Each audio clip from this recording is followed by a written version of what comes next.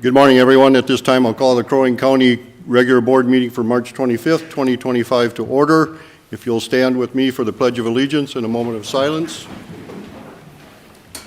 I pledge allegiance to the flag of the United States of America and to the republic for which it stands, one nation, under God, indivisible, with liberty and justice for all.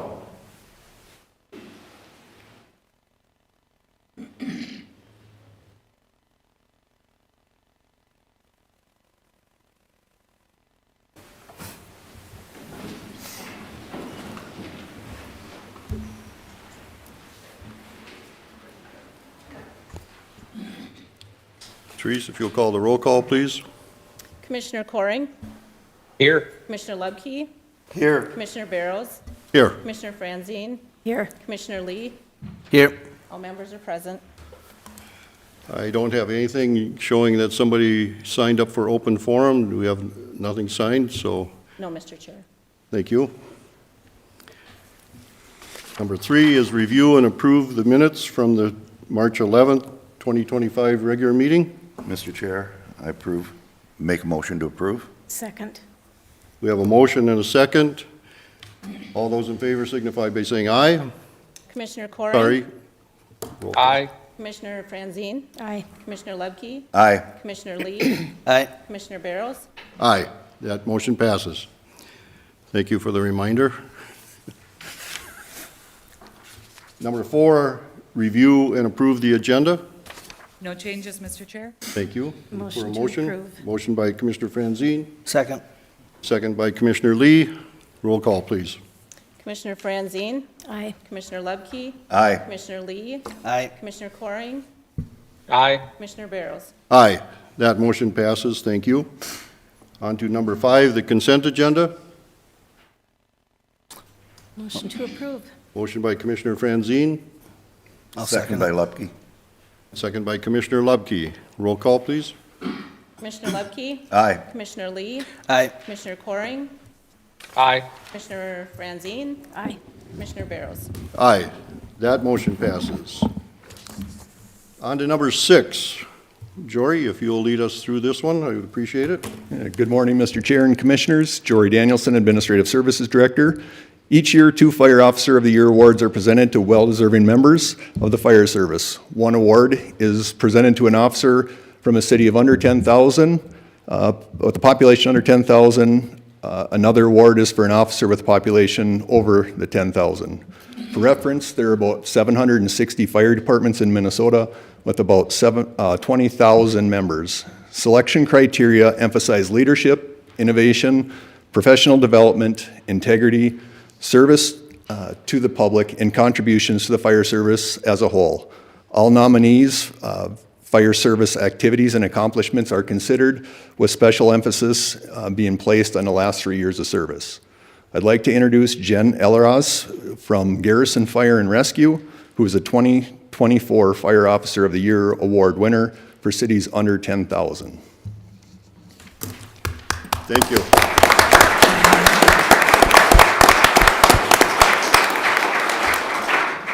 So if I might, I have just a few words to say to Ms. Elleras. Your passion, pride, and deep care for both her community and the Garrison Fire Department have distinguished her in ways that few can match, and even fewer have achieved in just 5 years of service. Starting as a first responder, she quickly decided to become a firefighter, then an EMT, a captain, an engineer, paid on-call member outside, and now an assistant chief. Most important part, sorry. She does this all as a volunteer, paid on-call member outside of her daily job as a disability services director. Ms. Elleras' journey is a testament to her dedication, but also to the power of commitment and unwavering servant leadership. One of Ms. Elleras' most remarkable achievements was organizing the Cuyuna Range Fire Chief's first ever Women's Fire Expo last spring. Her vision and hard work made this event possible, giving women the opportunity to explore firefighting alongside their female peers, breaking barriers and inspiring the next generation. She is also heading up the second annual Women's Fire Expo, May 3rd in Cross Lake. Ms. Elleras is the first non-fire chief to win this award and third female since the program's inception in 2006 to receive this distinguished honor. From all of us, thank you for everything you do. You represent the fire service, your community, and Crow Wing County very well. You're an inspiration to others, and I thank you very much. Again.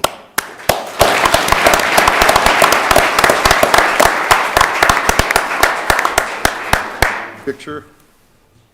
Would you like to take a picture with the board? Would you like to speak? Photo. We get to go up front.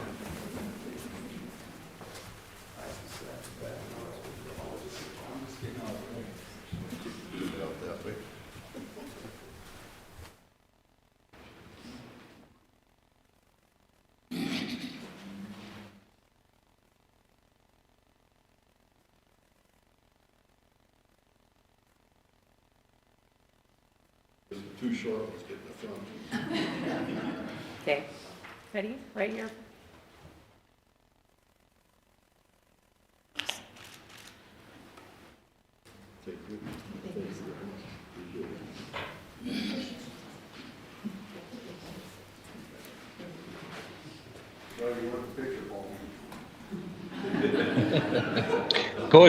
Goes to show you that I got some darn good constituents down in southern Crow Wing County, I'm telling you what.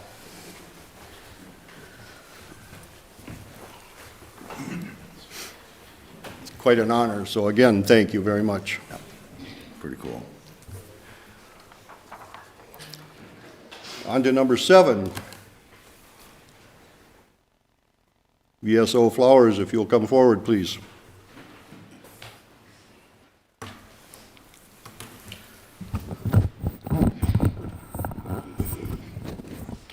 Morning, Mr. Chair, Commissioners, distinguished guests that are here today and online.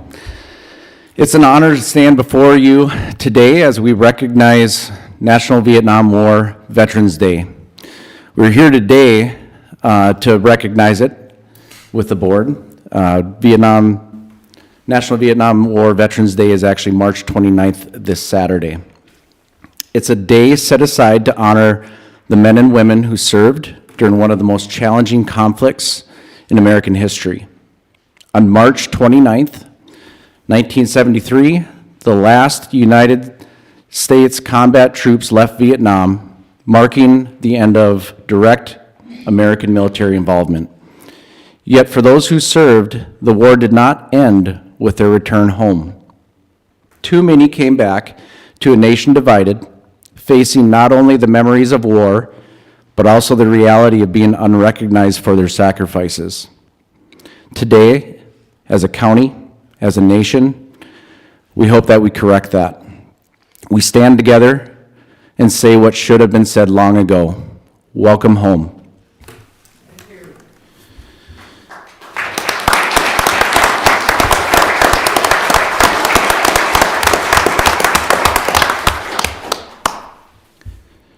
The Vietnam War spanned 20 years from 1955 to 1975. 9,087,000 military personnel served on active duty during the Vietnam era. More than 2.7 million Americans served in Vietnam, including many from right here in Crow Wing County. These brave men and women faced harsh conditions, relentless enemy fire, and a war with no clear front lines. For those who were fortunate not to serve in Vietnam, boots on the ground, they still returned home being shamed, discriminated, and belittled for serving. The cost of that service was heavy. 58,281 service members made the ultimate sacrifice. Their names forever etched in the black granite on the Vietnam Veterans Memorial in Washington, D.C. Each name represents a life given in service to this country, young men and women who never returned home to their families, their dreams left unfinished. But the toll of Vietnam did not stop in 1975. It continues today.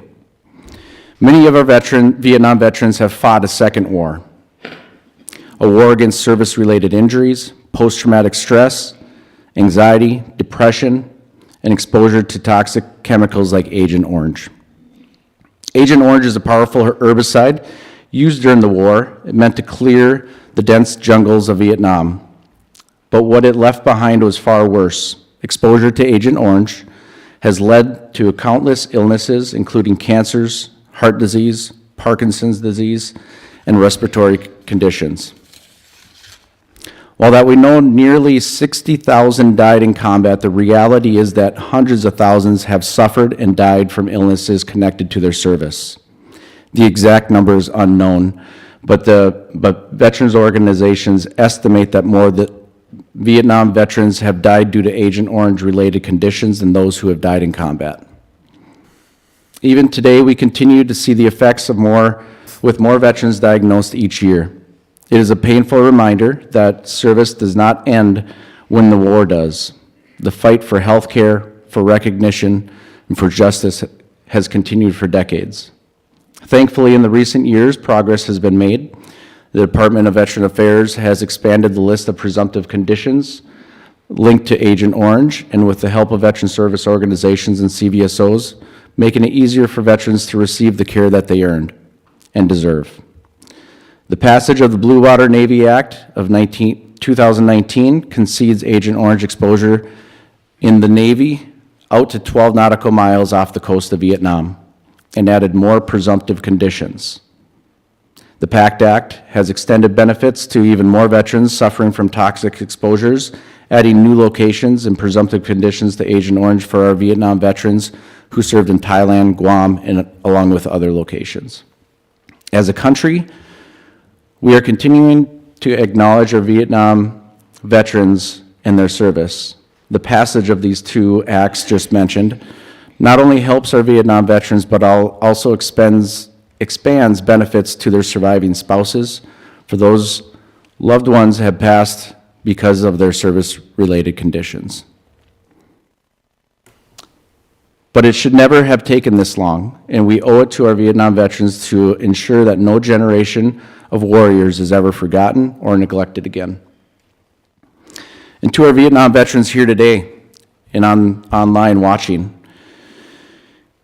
whether you were boots on the ground, Brown Water Navy, Blue Water Navy, served in Germany, Mediterranean, or stateside, you still served during the Vietnam War. And those who we lost, we honor you. We recognize the sacrifices you made, the burdens you carried, and the battles you continue to fight.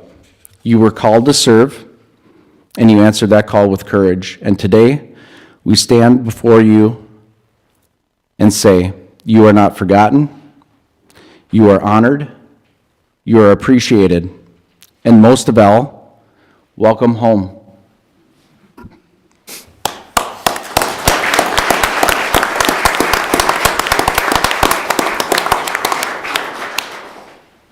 As a community and as a nation, may we always remember, may we always be grateful, and may we always honor those who served. Thank you.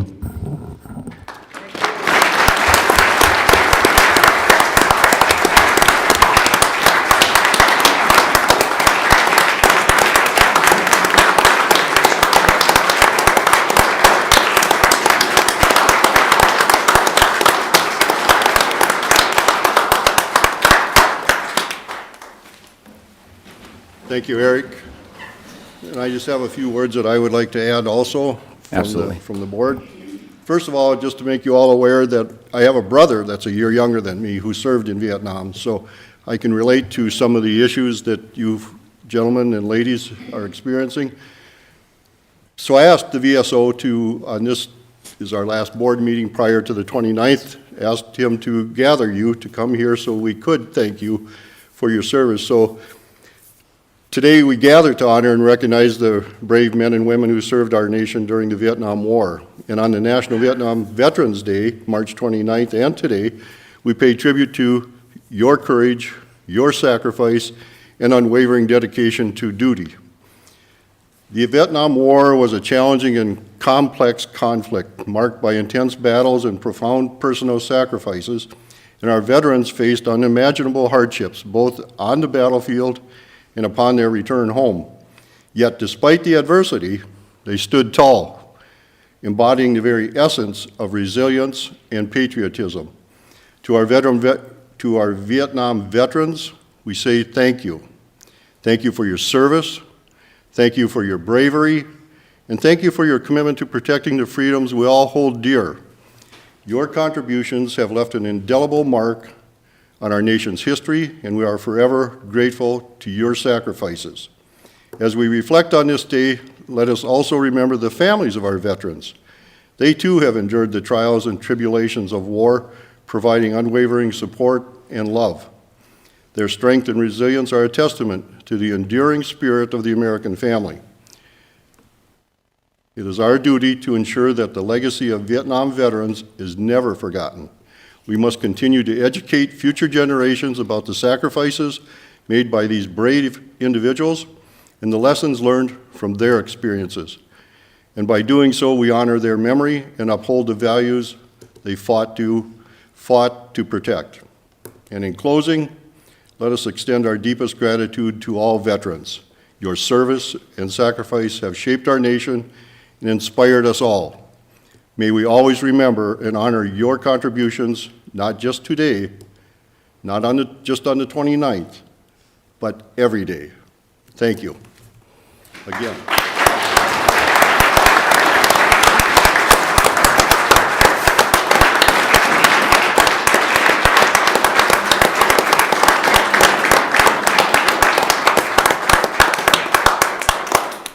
So the question now is, how do we get you all into a picture? Come on up. Come up You here. almost take a picture that way? Why don't we go down there and then Yep. photographer? Yeah.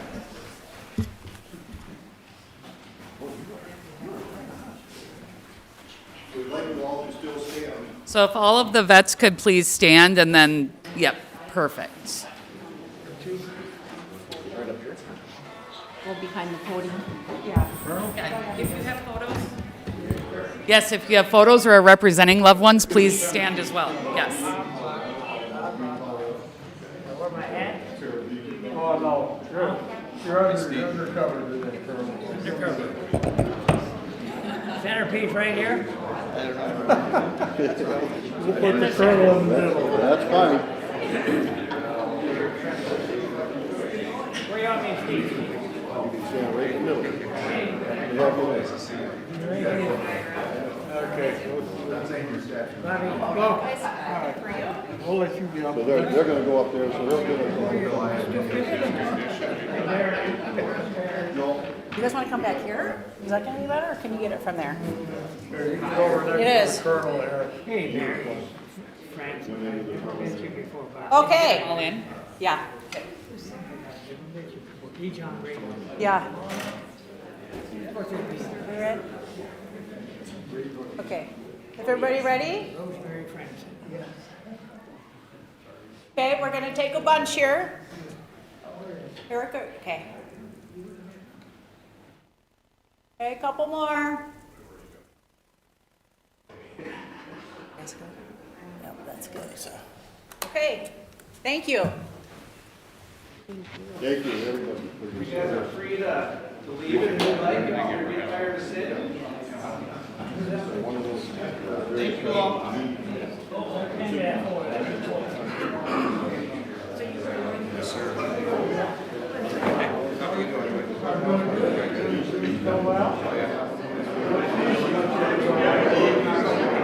I retired. At least from the field. My feelings. I felt work for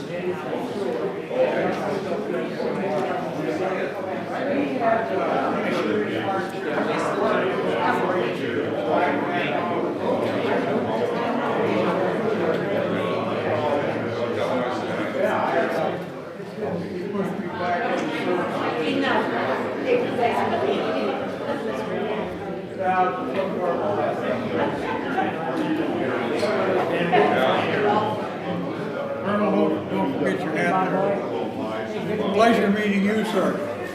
Yeah, too bad you couldn't really serve, you had to be in the Air Force instead of the Army, but that's all. No, that's the number of people that are showing Kept up. it up. Yeah, I don't know if you've ever, next year maybe.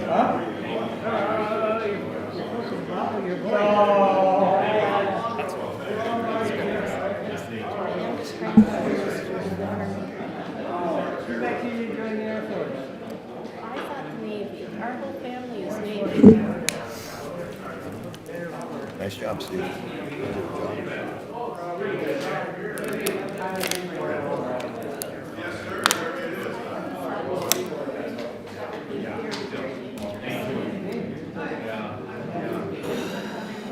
Sometimes it's fun. We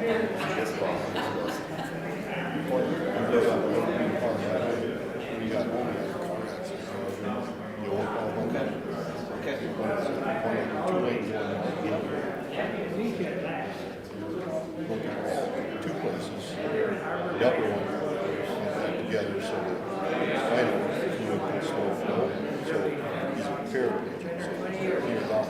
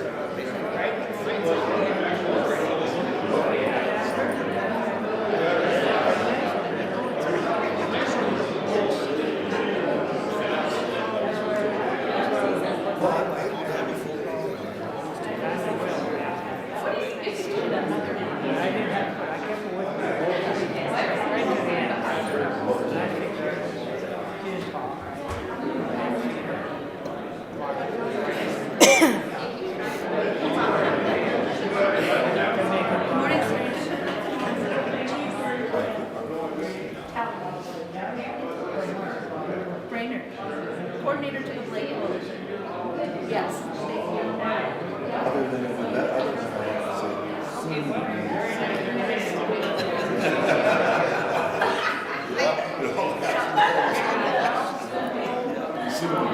Kicking it out. I gotta say one thing to John. John, he knows my son. I don't know John, but he knows my son, so I gotta harass him a little bit.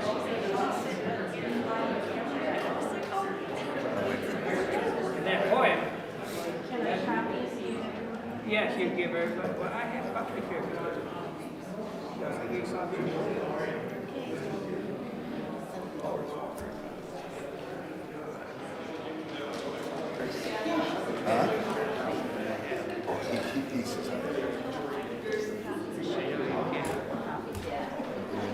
Do you have any more, John? I have, how many of these? Five? Well, they can make some copies too. Yeah, I can. Okay, you make copies. Yep. Make sure everyone gets one. Okay. All right, gentlemen. Which one is he talking to? John Lukey, Yes. you. Yes, sir. You. You know my son, John Rayburn. Yes, I do. He said, "Be sure you shake John's hand. I haven't seen him for a while." Oh, I see him every once in a while. Yeah, yeah. You take care. Thank you, know sir. too, I'm sure Como. Yes, I do. Thank you so much. Remember I met you? Yeah, but not Jamie. I know Jamie Lee. E. John Rayburn. Maybe I'm E. John. Ejah. Stevie, I know you. Yep. I see you at the Yep. fair. Every year. Thank you.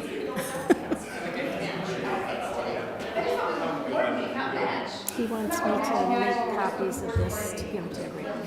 Oh, okay. Very good.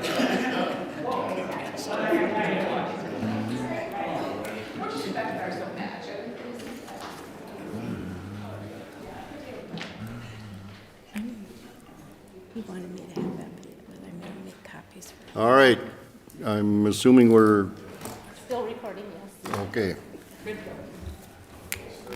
So call us back to order. I'll move on to number 8. 8.1 is our Blade Opioid Coalition funding request. Ms. Terry? Morning, Mr. Chair, County Board. Kara Terry, Community Services. Boy, that was a tough act to follow. And as a mom of an active duty service member, I sure do appreciate their sacrifices. So, anyway, we are here today to talk about the Opioid Coalition and the opioid funding. We presented at COW last week related to the last grant funding that the Opioid Coalition did. I identified the primary areas that were identified by the community in terms of areas we should focus on. Those areas included issues around prevention, treatment and recovery, harm reduction, and the justice system. If you guys have any questions off any of those, please feel free to ask as we move forward. But we have a few presenters here today from the Opioid Coalition to talk with you about some potential opportunities. So first, I would like to introduce Richard Gruntner, who is a member of the Opioid Coalition as well as a social worker in our substance use disorder area, as well as Jessica Schwartz, who is with Essentia Health and helps with their substance use disorder programs. Okay, you two. Good morning, everyone. So I'm Richard Grutner. I'm a licensed alcohol and drug counselor, also chemical health and housing team lead. Have had a wonderful pleasure of being on the Blade Coalition since its get-go. And I just want to, when I stop and reflect on my time with Blade, 3 words come to mind: community, collaboration, and impact. And it's through community collaboration and impact that I believe we can still kind of take on the rise in opioid crisis, the mental health crises that we are seeing in the communities around us. So what enables recovery and what enables change, especially as related to recovery and prevention and intervention? The word CHIME comes to mind, an acronym. C, connectedness. H, hope. I, identity. M, meaning. And E, empowerment. And that's what I see really the opioid settlement funds and Blade as a coalition really trying to tackle and take on and addressing, and is providing these opportunities for persons to have a healthy, thriving life. So recovery capital is something that kind of came to fruition as a term recently with the National Drug Court Institute. And following that, others started to recognize a need for what's called building continuum capital. That's building on the entire continuum of recovery, from early intervention and prevention to long-term recovery. So these resources that they talk about as being recovery capital or building the continuum capital are social, physical, human, cultural areas that are necessary to avoid or moderate or recover from substance use challenges, to maintain a state of well-being along the entire continuum. These are the main themes and interventions across that continuum that we should be seeking as professionals to address, as a community to address. And these are safety, those basic needs: housing, emotional and physical safety. We see also a great need for us kind of instilling a sense of purpose and identity in persons. So this is through relationships, through spirituality or religion, altruism, kind of giving back and identifying goals, and then having the resources and the support to reach those goals. As we look at safety, some of the coalition members that we had on the last round, we had the Women's Safety Alliance addressing some of those needs. We got housing specialists trying to identify persons that need housing and finding creative ways to get those persons with some difficult backgrounds into housing. Purpose. I mean, we've seen it with Kaylin, we've seen it with Brian, we've seen it myself, persons of long-term recovery coming out of the thralls of addiction and directing our lives towards something meaningful and pouring everything we have into that. Social connection is another area. So finding a way to develop community, nurture that community, and instill in persons a sense of belonging and connectedness. Every one of those grant recipients and members of the coalition have all been a part of this nurturing and developing these connections and the sense of feeling, or sense of belonging. Recovery community in Brainerd is pretty strong as a whole, and it is only through that sense of community that persons can really thrive. Structured activities, school, work, extracurricular activities. Again, some board members or some the coalition opioid settlement fund grantees are going into the schools, providing resources to students, opportunity for them to hear stories. We got the ARB that's providing social and recreational activities. All the recovery community all seeks to provide those opportunities and structure for individuals. We provide structure and accountability in the treatment courts and many of the other organizations involved with BLADE. Whole person health, focusing on the entire person, whether it's mental health or substance use, pain, holistic, physical and mental health, all those things that make up a person and are essential for that sense of identity and sense of growing. It all comes from connecting, finding those resources that oftentimes a person struggling with addiction or a person growing up in an environment that is experiencing the horrors of addiction struggle to feel. It was Johann Hari who coined the phrase, the opposite of addiction is connection. While I think that's a bit presumptuous, one thing is for certain. Recovery does not happen without connection. Prevention, intervention, and recovery, every aspect and every point of that continuum, connection is key. Community is essential.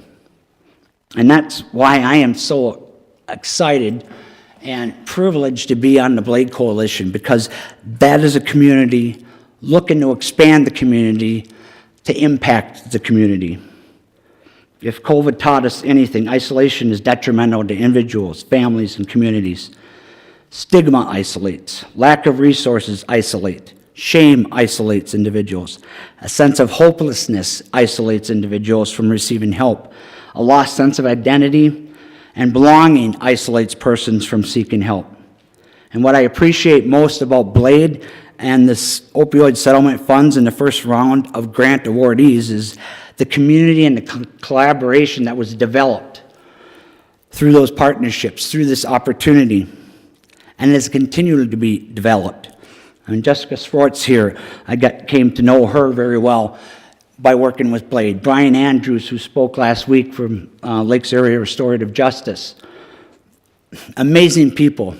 And I've had opportunity to invite them into trainings that I've provided for the county from those relationships developed. And sharing their just experience, strength, and hope, their passion. And again, just expanding and trying to multiply the effect of that passion and spread it into the community. Last week we had the opportunity to hear from 3 of the 12 grant recipients from the first round. We had the privilege of hearing Kaylin Klett's journey from addiction to recovery, back to the horrors of addiction, and once again back into recovery. The impact of one person in recovery that is sure to be multiplied, because she's already working in the field. She's already touching the lives of people that are early in the stages of recovery.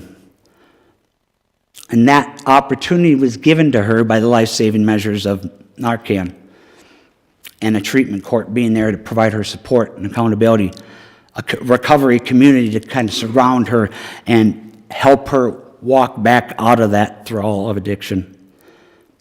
And she, just like so many, are doing just the same. I'm here on the behalf of BLADE today to request another round of grants to be awarded sooner rather than later. I've seen in this community a spike in individuals struggling with mental health issues, substance use issues, and completed and attempted suicides. from a group of people that were not on our radar like was typical prior to COVID. And I think part of that is because of the isolation that's kind of initiated. So we're seeing a whole different group of people in desperate need of help. I also see this as an opportunity to build upon the momentum from those 12 grant recipients and the work Blade has already been doing. And I'm asking it sooner rather than later so that we can get ahead and get into the schools providing protective factors such as Know the Truth has been doing. And providing peer support lines and access to individuals is just, they can ask questions of an adult or another person outside of their sphere of influence, that they seem to be able to connect with some of the stories, like individuals sharing with personal experience when they go into those environments.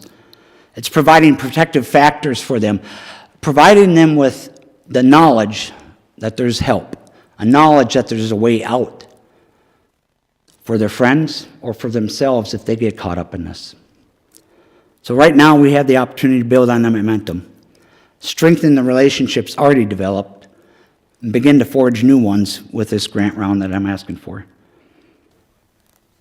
Entering into schools, developing those relationships.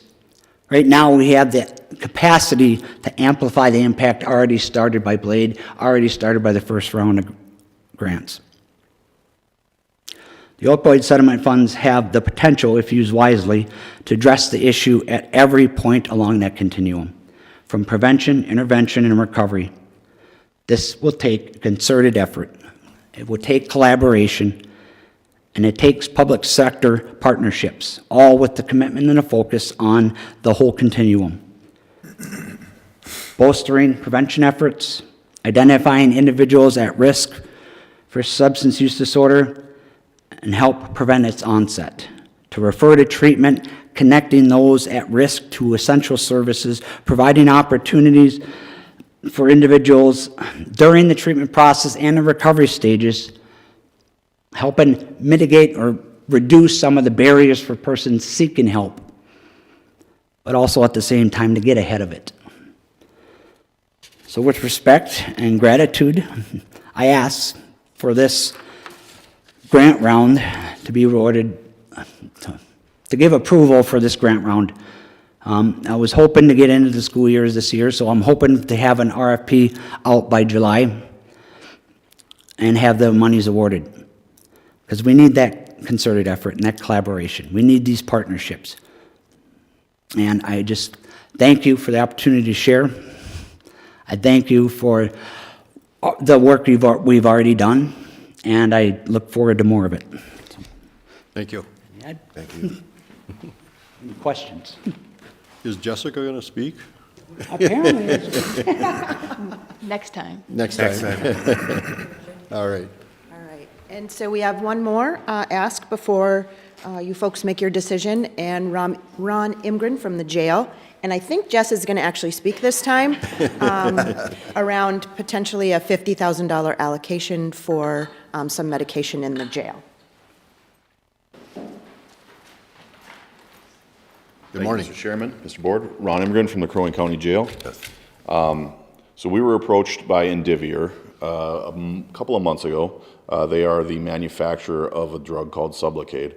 If you recall, Ms. Collette last week testified to how much Sublocade helped her in her recovery process. Sublocade is a once-a-month long-acting buprenorphine. Okay. She's here because she is the expert in the field. I'm a jail guy. Anyways, we were approached by Indivior, the manufacturer of Sublocade, because if they have a program going right now that if we can administer the first dose of Sublocade inside the jail, they will make sure that the next 2 doses are covered.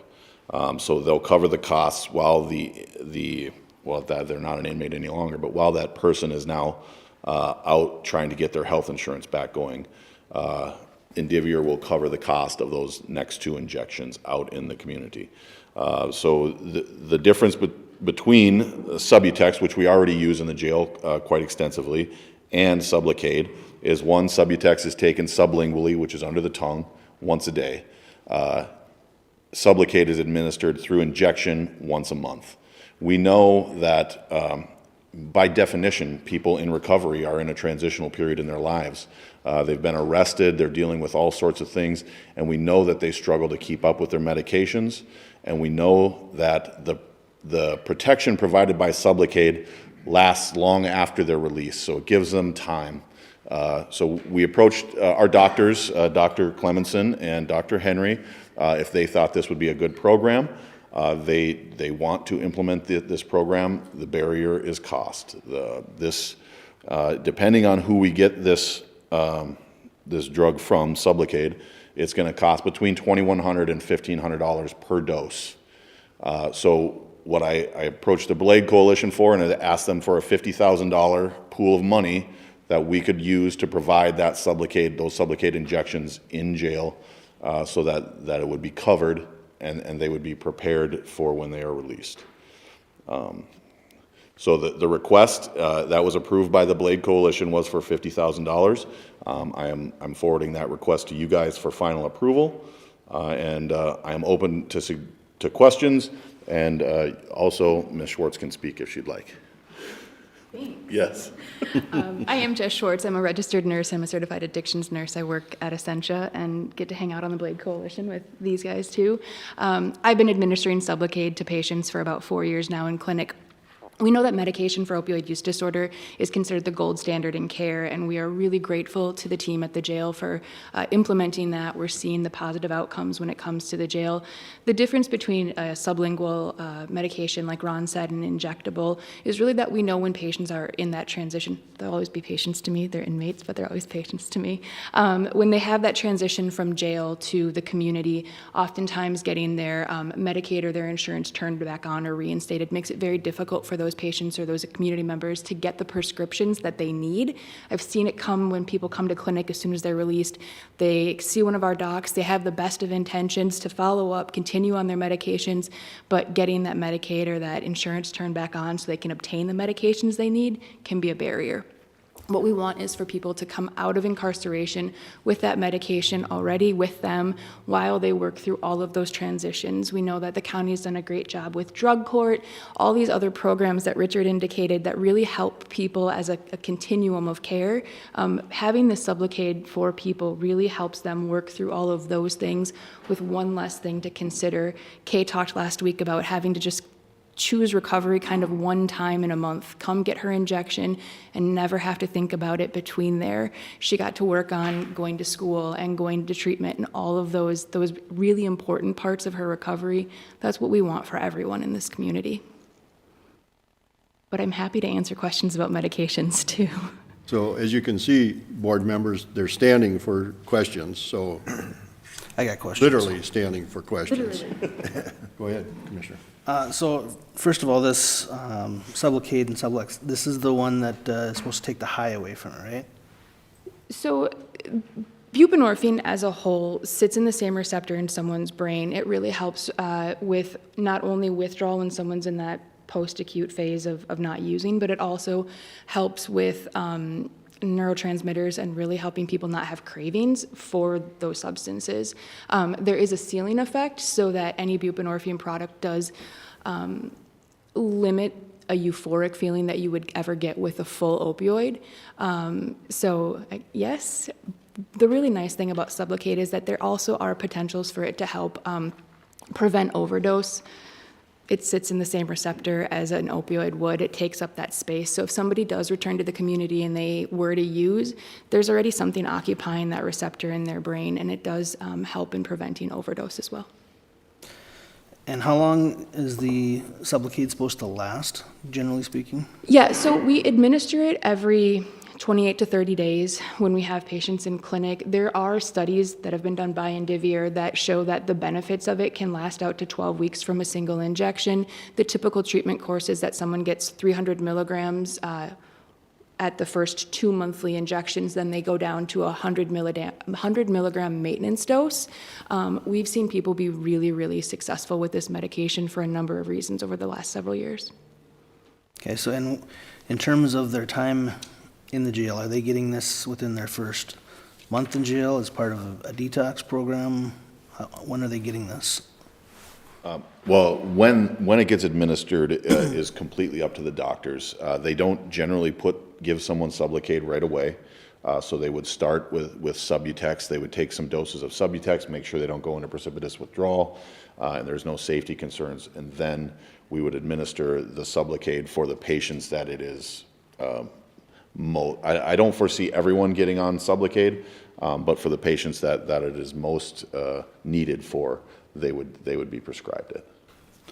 Okay, and I guess sort of on this kind of the same question, a different way where my head is going on this. So if somebody gets this, their second month into the facility and they're going to be there for 10 months, how many times are they going to have that? And we're only on the hook for the first one, is what you're saying? No, we would be on the hook for all of them that they received while they were incarcerated. Okay. So we would try to plan the Sublocade so that it would be closer to their release date. The unfortunate thing is right now, with the way the court system works, people are given treatment options and they're given probation options much more than in the past. So we don't have as many sentenced inmates as we ever used to. But we still have a pretty good idea of when they get out.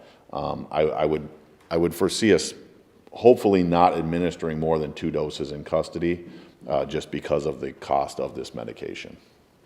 And how many inmates over the course of the year are going to be going through a program like this? Well, since January 1st of 2024 until March 21st, we've had a total of 99 inmates taking Subutex. Now, like I said, not all of them would get Sublocade, and for some of them, it probably wouldn't even be prescribed. But we've had 99 patients so far. Which of those would be Subutex, I can't say because Sublocade. I can't say because that's totally up to the doctors. Okay. And what's the cost to the county on the Sublux per? Subutex is rather inexpensive. We've spent $6,967.57 on Subutex from the 1st of January 2024 until the 21st of March. So Subutex is much more cost effective, which is why we're able to administer it in the jail. And it's why I didn't need a separate pot of money to cover it, which is why we're asking for the $50,000 for Sublocade. Okay. I think my last question will be is how long has Sublocade been on the market and tested and so forth? You know, I'm not sure when it was actually FDA approved. I know that I have had experience in administering it for more than 4 years now. Recently, it's had some FDA improvements where its appropriateness has been expanded, but it's been a number of years. I couldn't tell you the date. Okay. And I think you already said this, but this is a prescription from the doctor. This is not something that the jail is determining, correct? Correct. It would be prescribed by the doctors. You can only get it through specialty pharmacies, so it has to be special ordered. It's very monitored very closely. And to be clear, it is just an injectable version of buprenorphine, so it's not a completely different medication that doesn't have proof of effectiveness. The difference is just that extended release injection portion of it. So it's exactly the same active medication as the Subutex they're already giving. Yep. Mr. Chair? Go ahead, Commissioner. Yeah. I'll vote for this, but I'm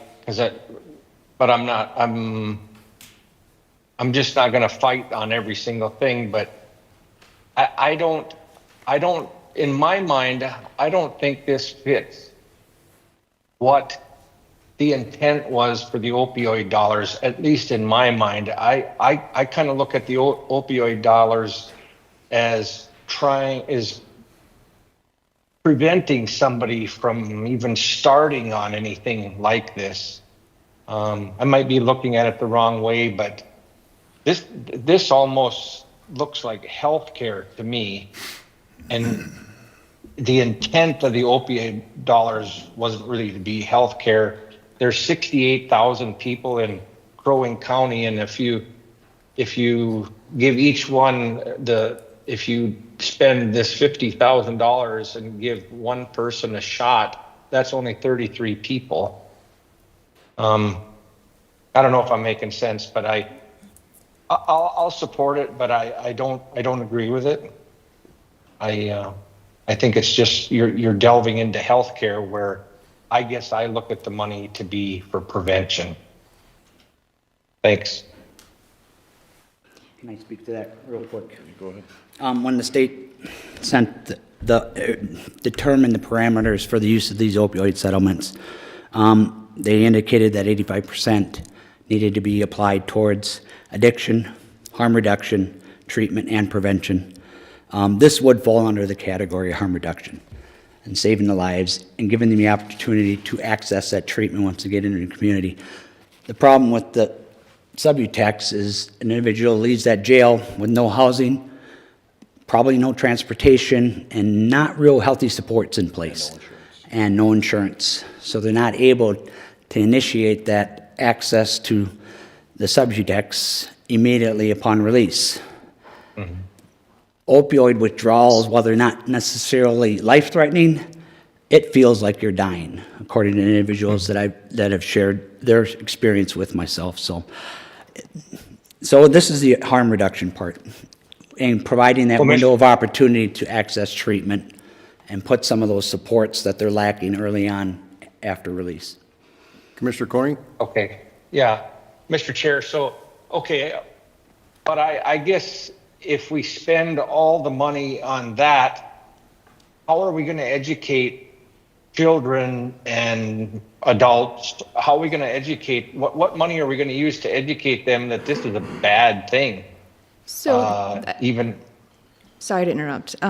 Respectfully, okay. I think that the request previous from Richard was really to, again, issue a round of funding to community organizations like Blade, like Know the Truth, that have been going into our schools, that have shown really effective preventative or prevention programming.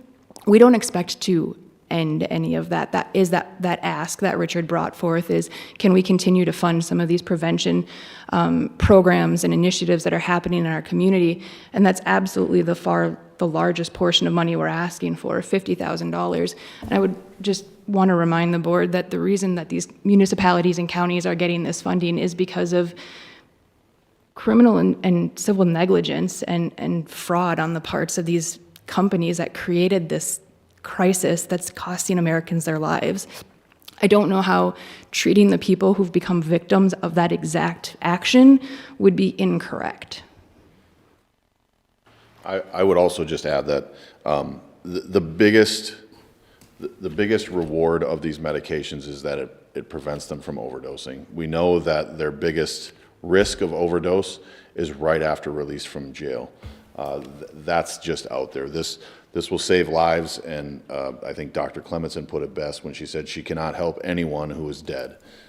So we're just asking for this money to help provide them some time so that they can find recovery on their own path. Mr. Chair. Go ahead, Commissioner.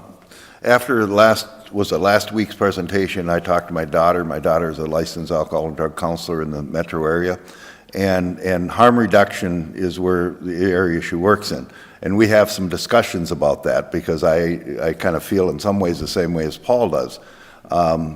Listening to her, she says the same thing that's been said before. You can't help somebody who's dead. And the problem she's had with people that, with this medication, it does just exactly what you said. I mean, my daughter said that's what it does. It fills those areas up. So if they do, still, because that's the area they're at, that's who they're with, and still want to use, they don't get the high from that. And so it isn't, I support it. I think that's what the program is for. I mean, it's great to say prevention, But, so once they get it, then we don't worry about them? No, I think this is a way to get them back on track, and as we've seen and we know it works, so thank you so much for bringing it up, and I definitely support it. Any other questions? One last question, I guess. Good, Commissioner. So if it's more cost-effective to use the sublex, Subutex, yeah. one more time? Subutex. Subutex, okay. Am I off base in thinking that we could use that up until the point of their release and then make their last prescription the Sublocade so that we can kind of, get more bang for our buck? That will always be the goal. We don't want to just blow this stack of money and give it to everyone. The idea is to provide them the one dose, hopefully in custody, so that Indivior can help them continue with the next two.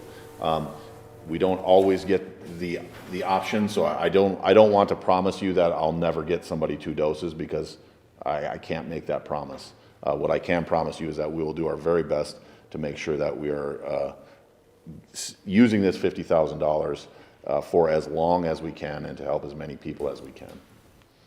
Okay. I'm good. So if there are no other questions or concerns, I would look for a motion. I'll make a motion to approve the Blade Opioid Coalition funding request. Motion by Commissioner Lubke.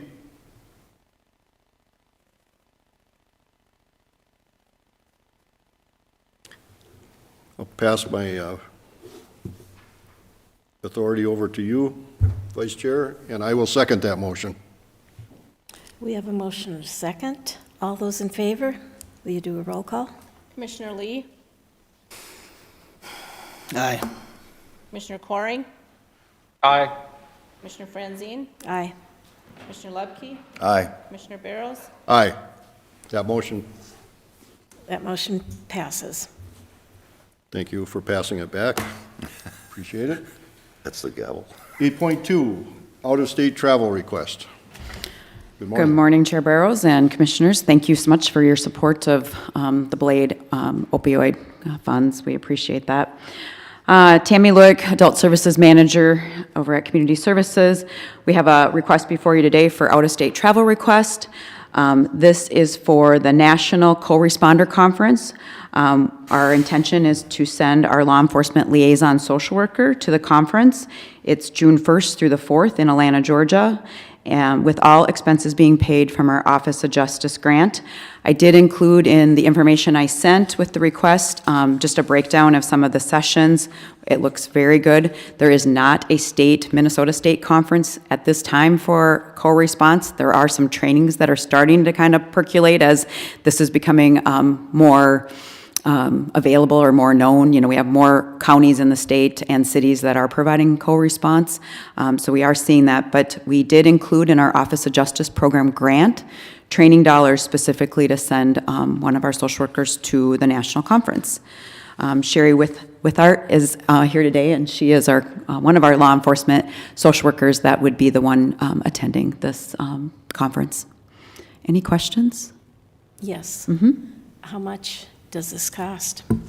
The conference itself was right around, obviously we haven't booked the flights and that, but we're looking at an estimated total cost of $1,600 to about $1,800.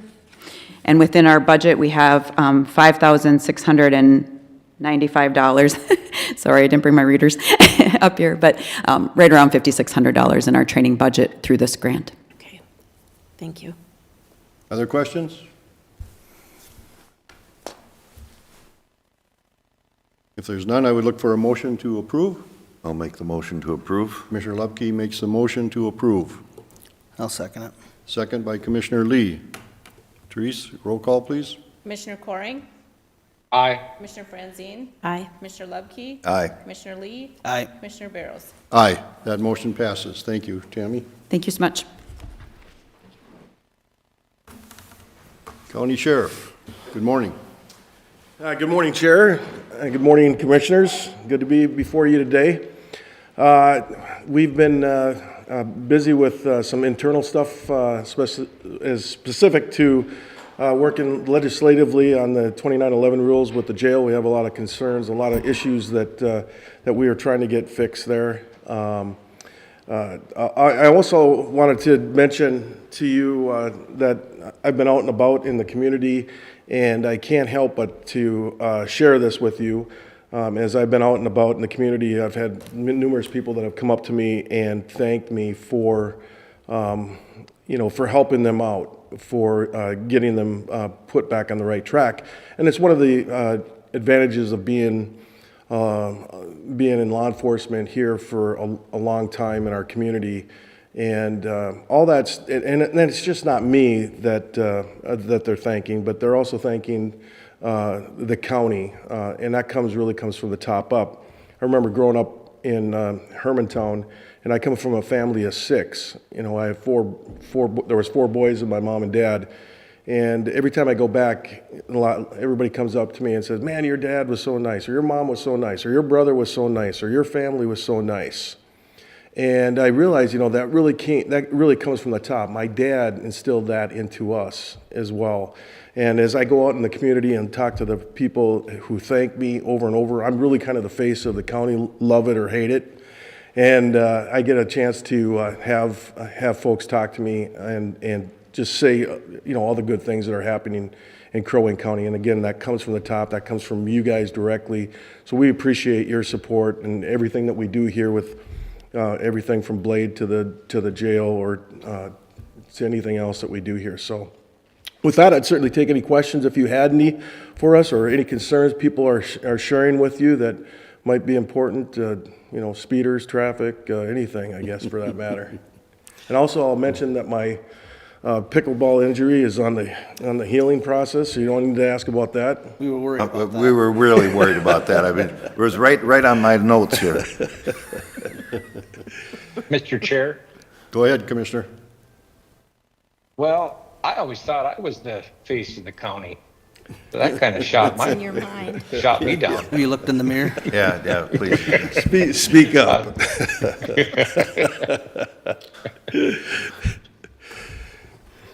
Okay, I don't Yeah. think there's any questions. All right, or yeah, I concerns. appreciate that, thanks. Thank your staff for We everything do, you I will. Well, just one more thing, I guess. We're getting closer with that contract that I talked to you guys about earlier with the U.S. Marshals Service and providing assistance with them. And hopefully we'll hear something in the next week or so. And that's about it. So thank you. All right, thank you. Move on to the county attorney. I don't have anything for the board today, Mr. Chair, but I'd certainly answer any questions if someone has some of me. Any questions for Don? Nothing. Thank you. Thank you, Don, for being here. County administrator.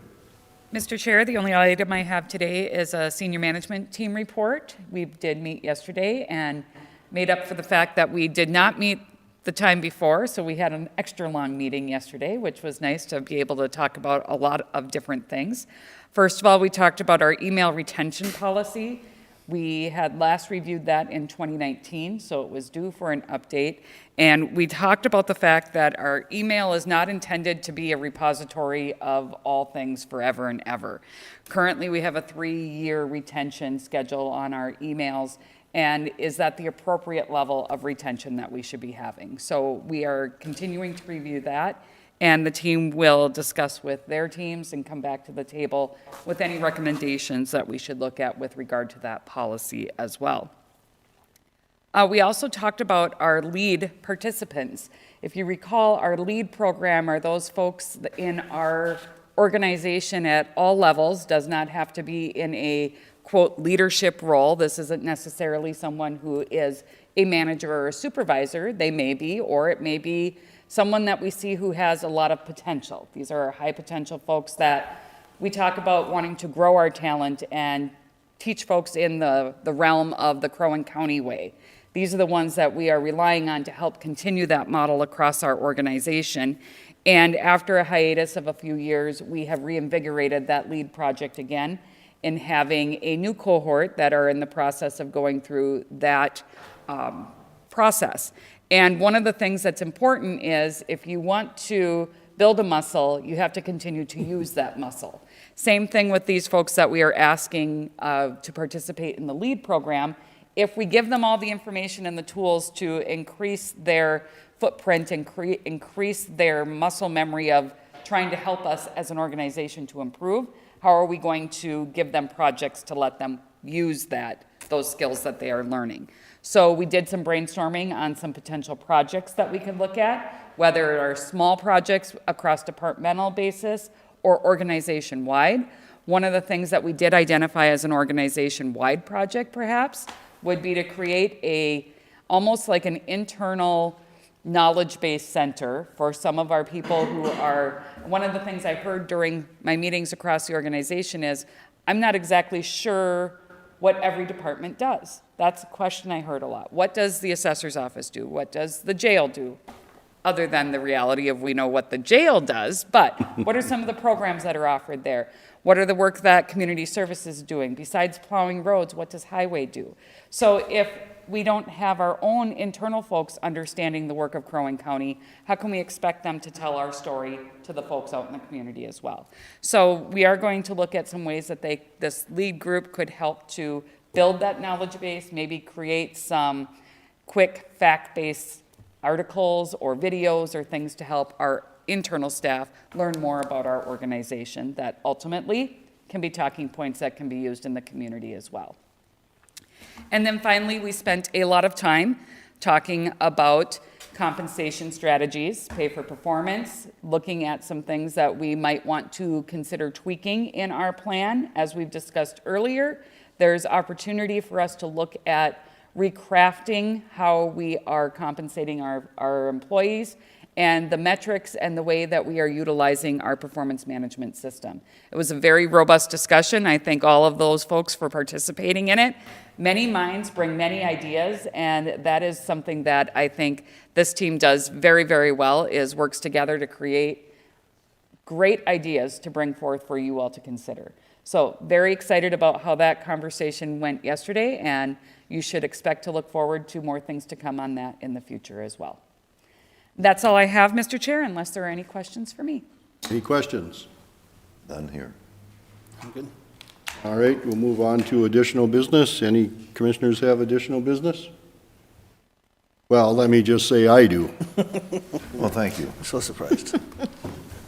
So tomorrow, I want to recognize that it's National Epilepsy Awareness Day, and I say that because 3 out of 4 of my sons had epilepsy. 2 of them have passed away because of it. So I just want to make a note that that's an important date in my life and many people's lives who suffer from epilepsy. So just a note on that. And my last thing is about our administrator. I want to say congratulations to Ms. Erickson, who will be one of 5 women who will be inducted into the 2025 Legendary Women Hall of Fame. The annual honor is given each year through the Brainerd Public Schools. She is was a member of the class of 1991. So Really? do your math. What a youngster. I know. Yeah. Currently serves as our county administrator and is the first female to have this position. She began her career with Crow Wing County Assessor's Office in 1994 and served, again, do your math, served as president of the Minnesota Association of County Officers, and for 8 years she was Minnesota's local government representative to federal election committees and was awarded Outstanding Member of the Year in 2017 as president of both the Minnesota Association of County Officers and the Minnesota Association of County Auditors, Treasurers, and Finance Officers. She has a degree of Bachelor of Science in Management from the College of St. Scholastica. So on Thursday, March 27th at 5 p.m., that's this coming Thursday, at Gitche Zeebe Performing Arts Center at BHS, she and the others will be honored. Congratulations. Thank you very much. And with that, if there's no questions regarding her, I won't say the rest of it. So we'll stop at that, because we all can do math, just so you know. I would look for a motion to adjourn. Motion to adjourn. Motion by Commissioner Lubke. Yeah, that's me. Do I have a second? Second. Second by Commissioner Franzine. Therese, roll call, please. Commissioner Franzine? Aye. Commissioner Lubke. Aye. Commissioner Lee. Aye. Commissioner Coring. Aye. Commissioner Barrows. Aye. That motion passes. We are adjourned. Thank you, everyone.